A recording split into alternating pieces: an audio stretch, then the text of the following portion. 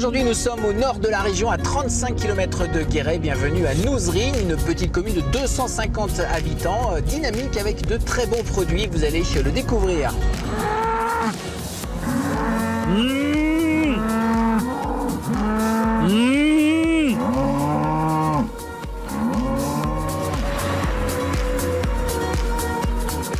Et première découverte dans cette charmante petite commune, nous sommes en terre creusoise, pas très loin d'Aubusson. On va rencontrer une lissière.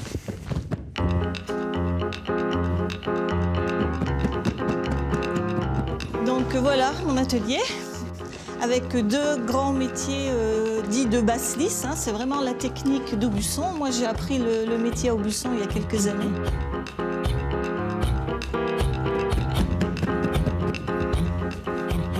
Qu'est-ce que vous êtes en train de faire? Là, j'ai l'image qui me sert plus pour la couleur, on va dire.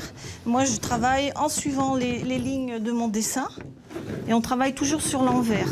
Donc du coup, là, ce que je suis en train de faire par rapport à mon image, c'est inversé. Ce qui se trouve à gauche sur la tapisserie est à droite sur l'image.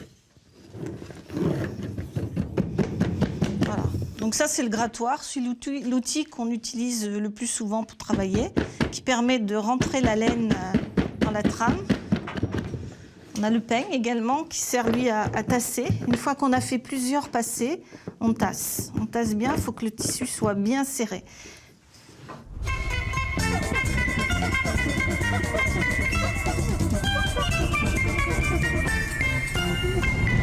C'est beau, mais c'est loin.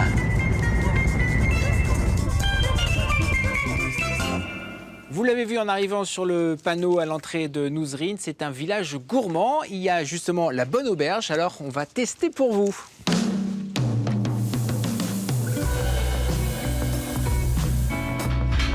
Sylvain Lanus, bonjour, merci de nous accueillir.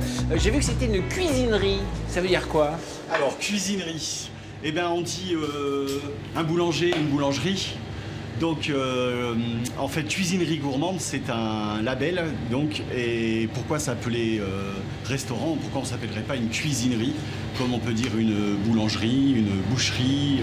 Tout est fait maison, des produits locaux. Qu'est-ce que vous cuisinez par exemple aujourd'hui? Voilà, on essaye le maximum de travailler les produits locaux. Et aujourd'hui, c'est un cochon façon provençale. Voilà, un petit peu pour soutenir un peu le soleil, voilà, on essaye de mettre un petit peu de soleil dans nos assiettes. J'ai vu que vous faites alors restaurant et vous faites relais poste.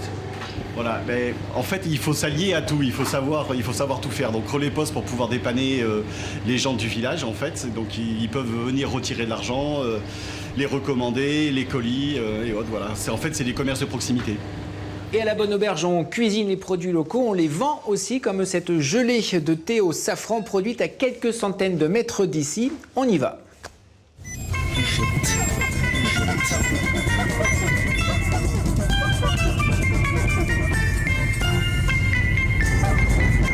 J'ai mal au cul après 135 bornes.